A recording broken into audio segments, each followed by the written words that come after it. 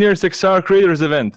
I'm here, Tomukas One, the creator of Zen Republic HQ, together with Blake from DB Creations, who is here to talk about being an indie developer. He's going to talk about his game called Rhythm and Bullets, and we're just going to have a nice open discussion. If somebody's going to join us live, you can ask us questions. If you're watching on Twitch, you can ask us questions there.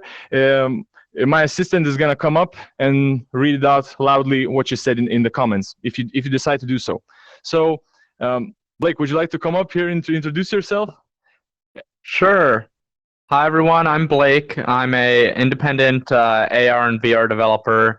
I've been working in this space since I think around 2016. I previously worked on HoloLens, on enterprise applications, and then I left to try and chase the dream of being a full-time independent Quest developer and AR developer. Since then, my company has released a couple games. One is called Table Trenches, which is on iOS and Android. It's an AR strategy game. We're also on the Unreal headset. And the game which I'm talking about today, which is Rhythm and Bullets, which I released originally last November.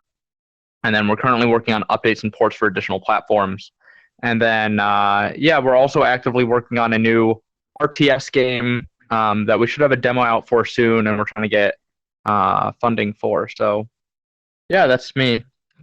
That's cool. So, Blake here has got some little presentation going on. So, if you don't mind, you can just kind of talk about the Rhythm and Bullets, and after that, I can just give you. You can have some little discussion if you don't mind that. Sounds good. Should I go over to the podium?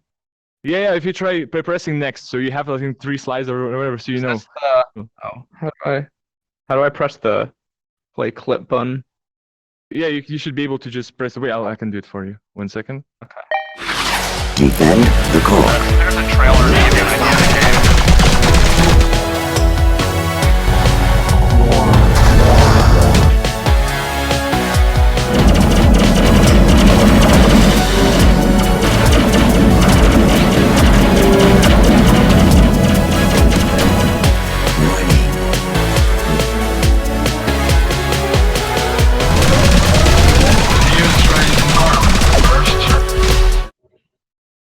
Yeah, so that's a trailer just to give you an idea of what the game is in case you haven't played it. We do have a free demo out on SideQuest still, so I encourage you to check that out if you can. And then we're also on App Lab. I think we were the first non-initial group to be on App Lab, which was pretty cool.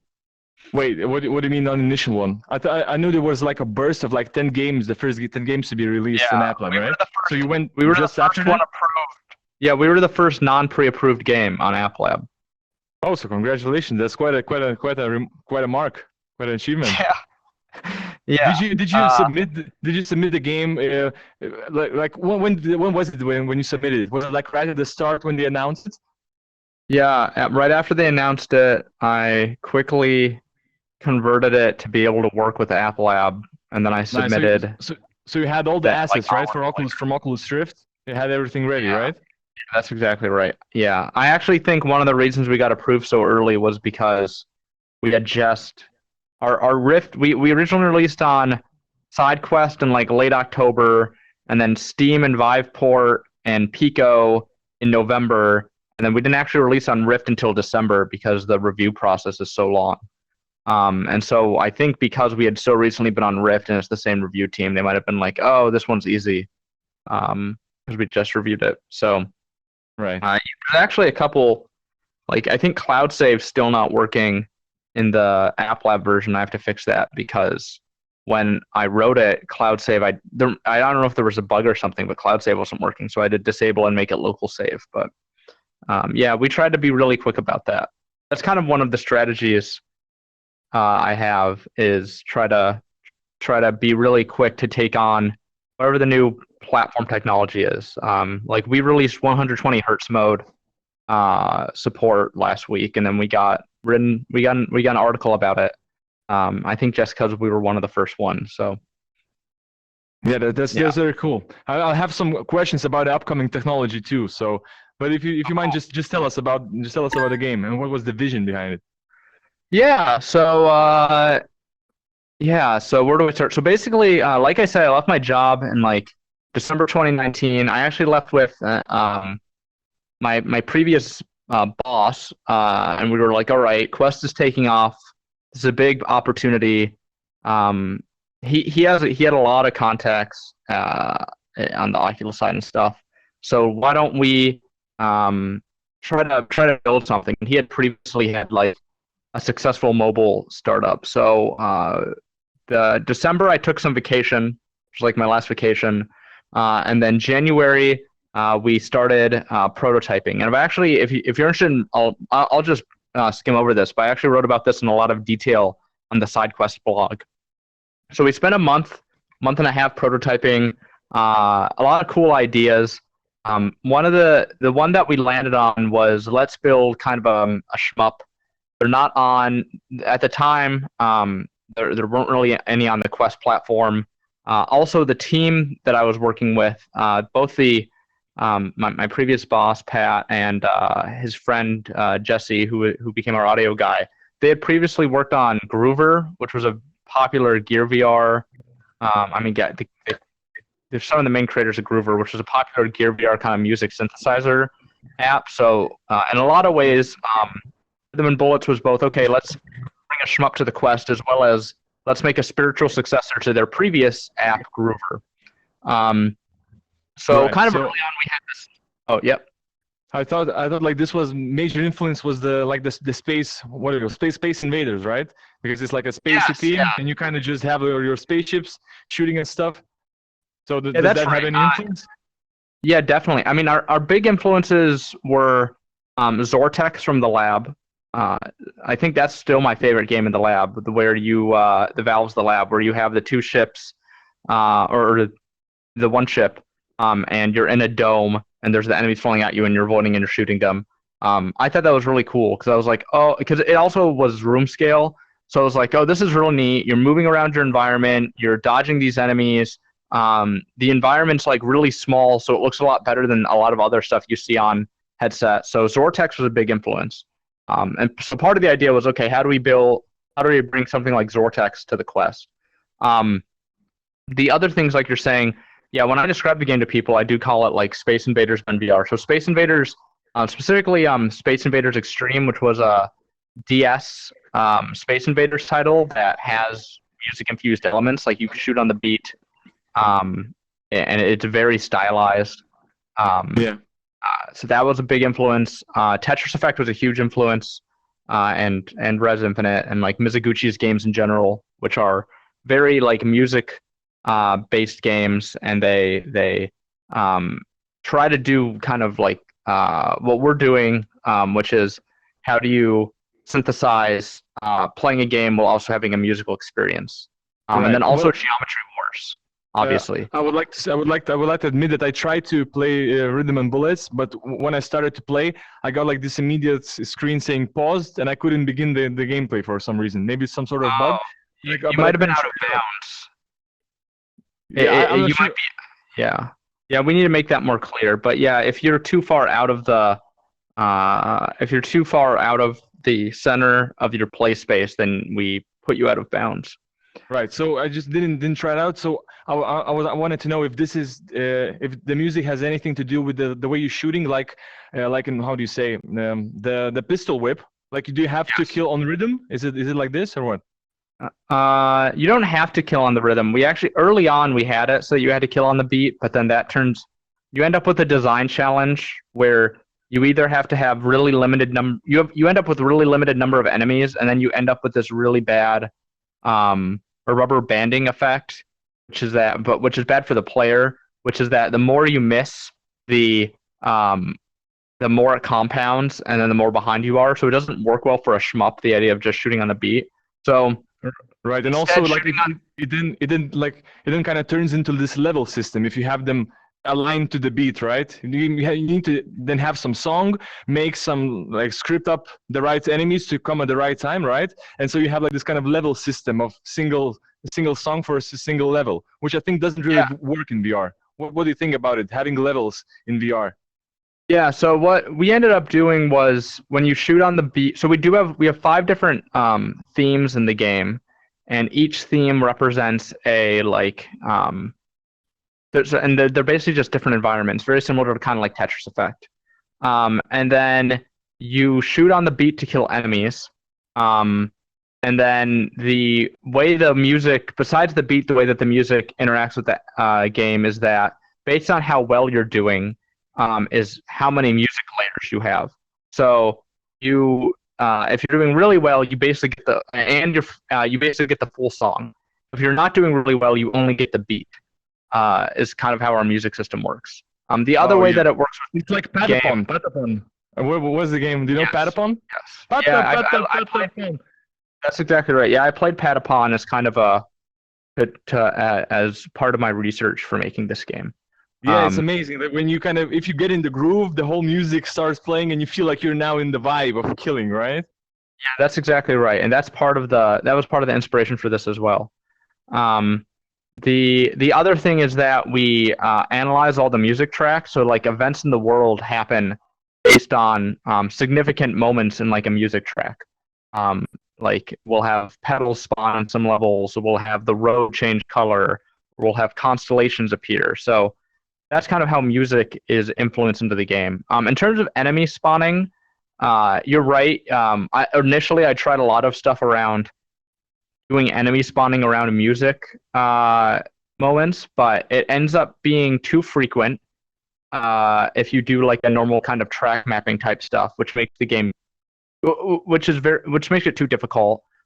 Or you do it so sparsely that you no longer can tell if there's any musical connection anymore. So what I ended up doing is basically enemy spawns are really just whatever feels good from design-wise, and then we just align their spawning to like the closest 16th note of the currently playing track. So okay, that way right. it still feels it's not too much of a static thing. Kind of like the enemies are based. Yeah, that's right. Yeah, I mean, yeah, the enemies aren't tied to the music track. That's right. Yes, so that it allows for some like unlimited kind of gameplay, right? Yeah, that's exactly right. Yeah, we have a couple modes. We have a tutorial, a campaign, and the campaign is basically like a couple preset levels where you get to see all the boss variations. Then we have a relax mode, which is basically like you can just play around and then also kind of practice by spawning enemies and power-ups and stuff. And then the main mode is like our endless mode, which is, as you're saying, you can kind of play forever if you want, and it just gets extraordinarily hard by the end, to the point of like, we have like one player in our Discord community who can really get to the max level of difficulty. Oh, it's very nice to have this kind of a hardcore fan in the community, right? Yep. And I just wanted to ask about this game. Do you plan on kind of maintaining it for how long do you think you're gonna stay on the game? Or even if after you're finished with the game, do you think it's gonna still be kept up to become some sort of like always keeps on having updates, or just gonna move on and make something else? I mean, I think part of that depends on. I mean, that's kind of my. This slide is kind of like, okay, well. That exact question. The answer is like, as long as people are interested in the game, we're interested in maintaining and upkeeping it. Like, honestly, we've had very lukewarm response. There hasn't been a lot of natural growth. I think we're about to release on a new platform that I can't talk about yet, and I'm hoping that platform. We'll see what happens with that platform. I think if it does really well there, then we'd be happy to continue shipping theme updates and improvements to the game. If it doesn't do really well there, then the update we're working on now might be the last major one, just because there's not the activity in the user base to sustain it. Yeah, that makes sense. And yeah, did you skipped one slide, or was it not the case? Oh yeah, I was just. Is there anything else? Yeah, I mean, I can go over like some of my thoughts here real quick for each of the slides. Yeah, I mean, just if you, I don't want you to feel like you skipped anything. Well, if you just want to say something more about, because like I want to get more into the after you finish like kind of talking about your kind of attachment, I'm just gonna kind of get you off the game and just talk about the personal stuff. So Okay, if you yeah, just I'll go through this real quick then. So like I was saying, so we left, we started doing prototypes. One of the main goals was retention, which is where kind of our endless mode idea came from. Early on, we were like, all right, we want to try and build this with a really minimalist art style. So my friend came up with the idea of, all right, let's make everything lines, which I liked a lot because it was like very geometry warsy. It turns out line rendering is very, very hard, but I won't get into that. And then, yeah, like I talked about, we did a lot of rapid prototyping. We basically built a game a week to try and validate what we wanted to create. In terms of the development process, so the thing basically we did weekly builds, where we I would build something, we would play test sometimes daily, but we would all come together as a team weekly to try and analyze what we were doing, and set ourselves on the right path. We did this about through July. Something unfortunate that happened during the development process is the person that I basically quit to build this game with, he got very, very sick. He's still very, very sick, and so he's unable to work on any of this. So this basically sent the project into, all right, how are we going to ship by the end of the year mode? So by August, we had no graphics. We had just kind of finished our gameplay implementation, and we wanted to ship by holiday. So I got a friend of mine who had worked on graphics previously or art previously with me to join the project. I got my friend who's a producer to join it, and then I got a programmer friend to join it, and we kind of finished up the game in like 2 months. I did all the art in like a couple weeks, and then we shipped it side quest right around the Quest 2 launch, which is actually another benefit because we had Quest 2 support very early, and then we gave away a Quest 2 as part of a promo on side quest, which got us. I think that's still our user peak. Was nice. Our side quest launch. Did you give your own quest too, or was it like some promotional thing that you kind of got into? I bought 2 of them. I bought 2 Quest 2s, one for me and one to give away. Oh, nice. Did you unpack it? Was it fully sealed or was it used? No, it was not used. It was fully sealed. Yeah. Okay. We did a high score contest, which is how I found out that our endless mode was like super broken at the time. Someone played for like 7 hours straight, and that's how they won. Lol. And I wanted to ask about the team. You said you got yourself a programmer, designer, producer, right? So I just wanted to ask, like, what's the process of getting people into your indie game? How do you know that I'm gonna take this person and he's gonna fit and he's gonna know exactly what our vision, what our vibe is, and just get right into it? Did you think about it? Would you have like some strict kind of thing, or did you go just with a person that wanted to be there? No, that's a good question. I'm very particular about hiring. I think it's very difficult. The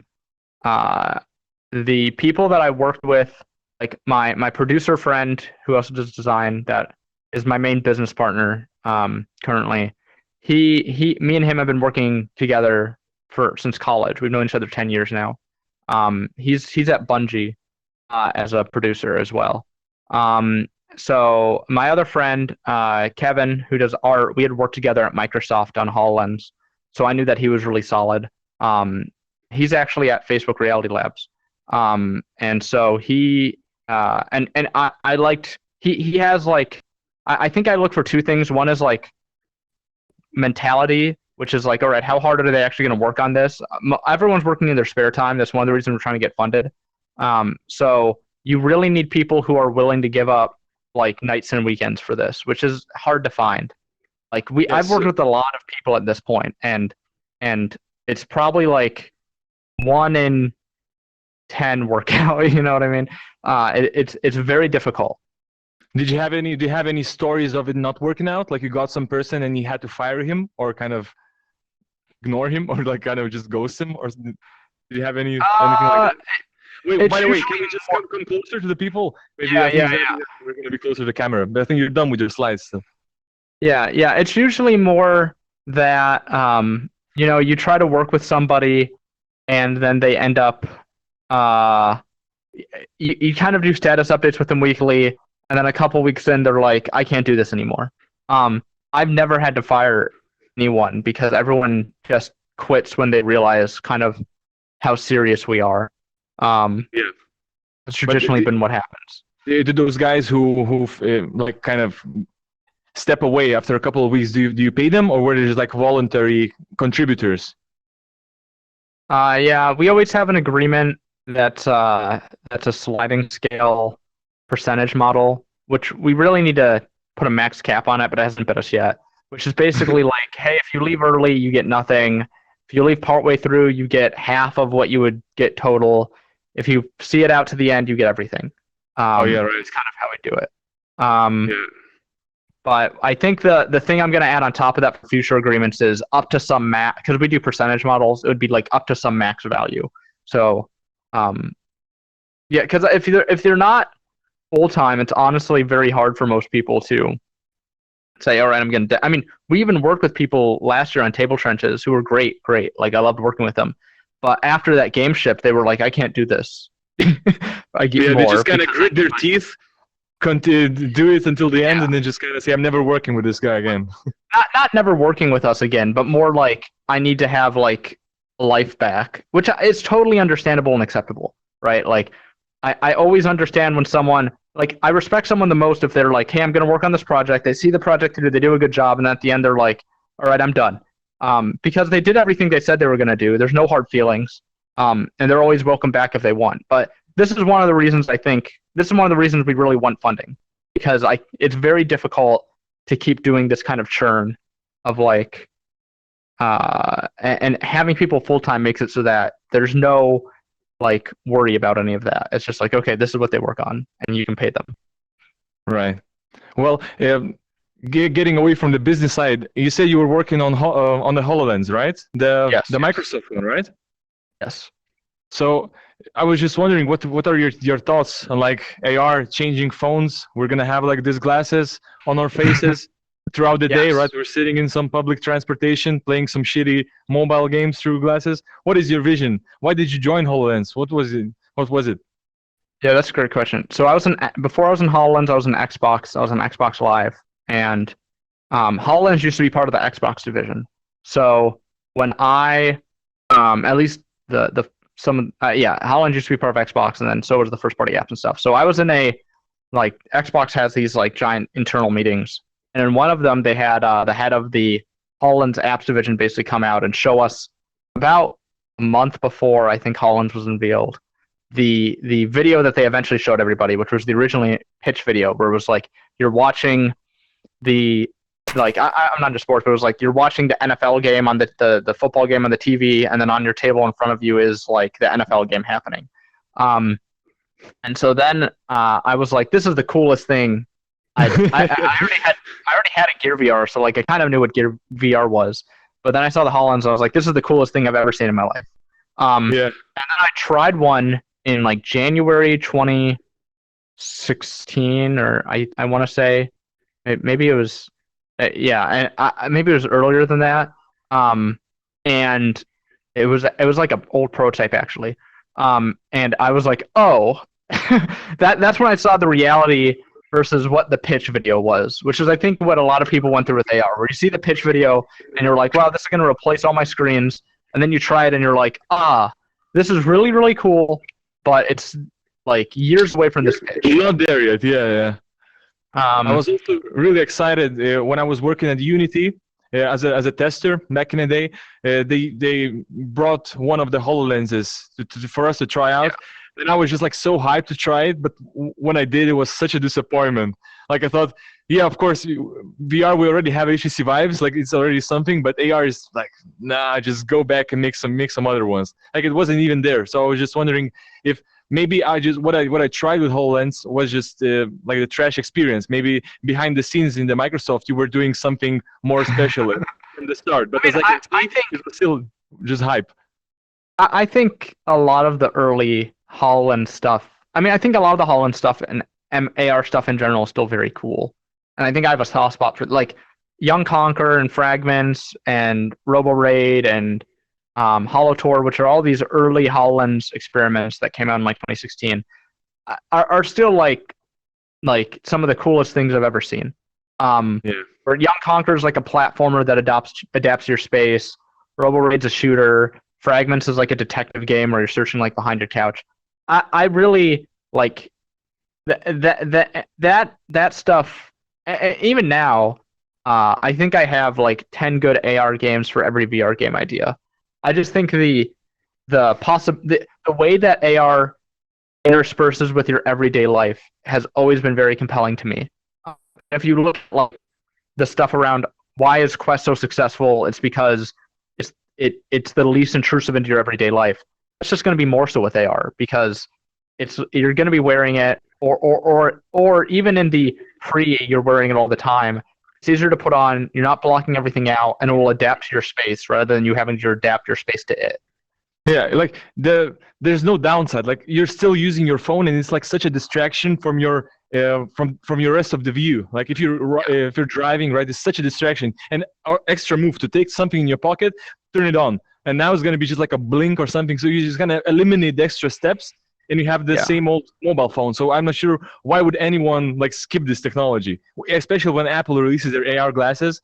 It's gonna be all hype, right? It's gonna be like now everybody's wearing AR glasses. Right. That's right. Yeah. And the other thing about AR for me is like, if you look at I think with the VR, there's this vision, which is like Sword Art Online full dive VR, which is like, oh, okay, I can fully feel like, or very much feel like I'm living in this virtual world. And I think if you look at a lot of the experiences people create, it's like very much, how do we try to make that feel as much as that as possible with our current technology limitations? AR is the inverse problem, which is that the entire AR vision basically exists in terms of it can be smart about your environment. We have all this data. There's some issues around 3D object data at 100 meters from you or more or something. But basically, the whole vision's there. The problem is that the display technologies there hasn't been a display breakthrough yet where we can say, okay, you can have a 100-degree field of view with highly accurate, like really, really dense pixels with also great color accuracy and depth switching, and it doesn't block too much of the real world light, and it works outside. Like, there's a lot of display problems, but in terms of the rest of the vision, it's basically all there. And that's really interesting. And if you look at the HoloLens or the Magic Leap, you can do really, really cool stuff on it. Like totally untapped still, especially in terms of gaming, but there's just no market. And I think the whole thing of now, everybody's trying to make AR apps for their phones. And because phones doesn't work with AR at all. Like who wants to put up their phone and watch something AR through the little screen? It's not convincing at all. But everybody's doing it because they know that when AR is gonna hit, the glass is gonna hit, they're just gonna have an easy port, and we're in the market when it launches. So I think that's exactly right. Yeah, that was our kind of idea behind Table Trenches, which is an AR mobile game. Was like, okay, there's a lot that this can do. I kind of call all the iPhone devices with the LiDAR, I call a HoloLens in your pocket, because it basically does what a HoloLens does for the most part, except it's in your pocket. And so you can make all the experiences that you could make on a HoloLens, but instead you're viewing it through the screen. The real issue with mobile AR is that the entire monetization and retention model is built around very quick to set up, very quick to play, put away, high retention games. And AR is the opposite of that. It's going to take you a minute to set up your play space each time. Nothing retains that information between play sessions really, and it's not. And it also drains battery use fast. So you can't really have high retention AR games right now. You can really only make kind of premium content. Yeah. Well, I think the only way that AR can become like part of our lives is when they can hold up for like 12 hours or something, that you can just last throughout the day. Or maybe you would go to like somewhere in the middle of the day and have an easy charge, like a fast 20 minutes or something. But it needs to be like as lively as the phone for it to be kind of considered like a viable solution instead of a phone. Yeah, I think we'll see a similar evolutionary path that we saw with VR, where you'll see like you'll see AR devices that are basically built for living room use. And I think you'll see a small enthusiast, probably a lot smaller than Gear VR, enthusiast community around it. I think that'll happen like this year or next year. I think you're going to start seeing that. In terms of the long-term vision, you have to have you have to have display breakthroughs that we don't know how to do.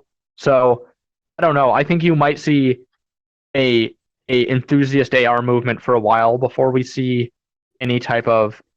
A lot of people think pass-through is the answer. I've never seen pass-through that I'd particularly want to use very often, and I think waveguide displays provide just as. I think like you have waveguide displays, or even what the Nreal uses, those type of birdbath displays that I think are like very good and high enough FOV. You could have a convincing living room use case, but right. Well, if anybody here has any question, just raise your hand and you can join the conversation. And if not, I just have one last question to have this kind of a happy ending. I wanted to ask, what was your favorite VR indie game? I'm just talking like experimental side quest stuff. Do you have like some hidden gem that you would like to tell people about? Sure, yeah. I really like Hermetica, which is by the guys who did Peko Peko, which is like, it's this, the water's coming up from under you, you're in like a lighthouse and you're climbing up to avoid it. It's really beautiful. I really like what those guys are doing in general, because I think they have a really keen sense of visual art style and then are making really interesting games. So I guess Hermetica, which isn't on App Lab, but it's on SideQuest, yeah. Okay, well, thanks a lot. Thanks a lot for coming, Blake. It was very nice chatting with you. If anybody has any questions, 1 second. Okay, I think you're good. Yeah, hello. Yeah, thank you. Interesting when you talk about augmented reality. For me, the biggest mystery in augmented reality is the future of user interface. Can you tell us the vision? Will interact? Yeah, that's a good question. So the future of user interface with augmented reality. I mean, I think I think we've seen that like in some, like the 2D interface is really useful for navigating applications in general. I don't think that's going away, despite a lot of people saying, "Hey, we need more spatial UIs." I think you're going to continue to see a lot of 2D navigation. In terms of how you interact with that, which I'm guessing was what part of the question was, whether it's like HoloLens is like you gaze and you do that kind of. You gaze and you click or some type of dwell. I think this stuff Facebook's been showing off around, we're going to attach these things to your wrists, and then that's going to enable you to have either really good hand tracking or even just the ability to kind of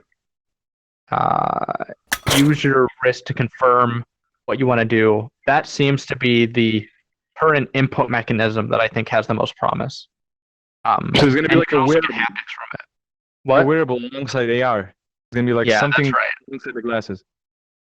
Yeah, I think that's the most compelling thing I've seen is the Facebook wrist wearable. Okay, well, someone else had a question, I think. Nobody ran. Yeah. Okay, well, so everybody, thank you for attending. Thank you, Blake, for showing up. Just one more thing I would like to tell you is that you can claim your NFT participation badge, sponsored, not sponsored, like with POAP. They have like these NFT participation badges. They're free. You just have to have a MetaMask wallet. And if you would go to the Discord channel, if you want to receive your NFT participation badge, just try it in. Go into our Discord channel and email DM POAPbot with the secret code BULLET. So like rhythm and bullets, I thought bullets would be short and fun. So if you would go to Discord, DM POAP bullets, you're gonna receive an NFT participation badge, which I think is gonna be a nice thing to have. A free NFT is always welcome. So just remember bullets, and if you need any help, I'll be in Discord to try to help you. And if that's all, Blake, you have any final words to say to the stream and to the people here?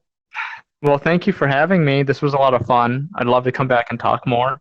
And I think this was a really great way for developers to kind of give talks. So thank you.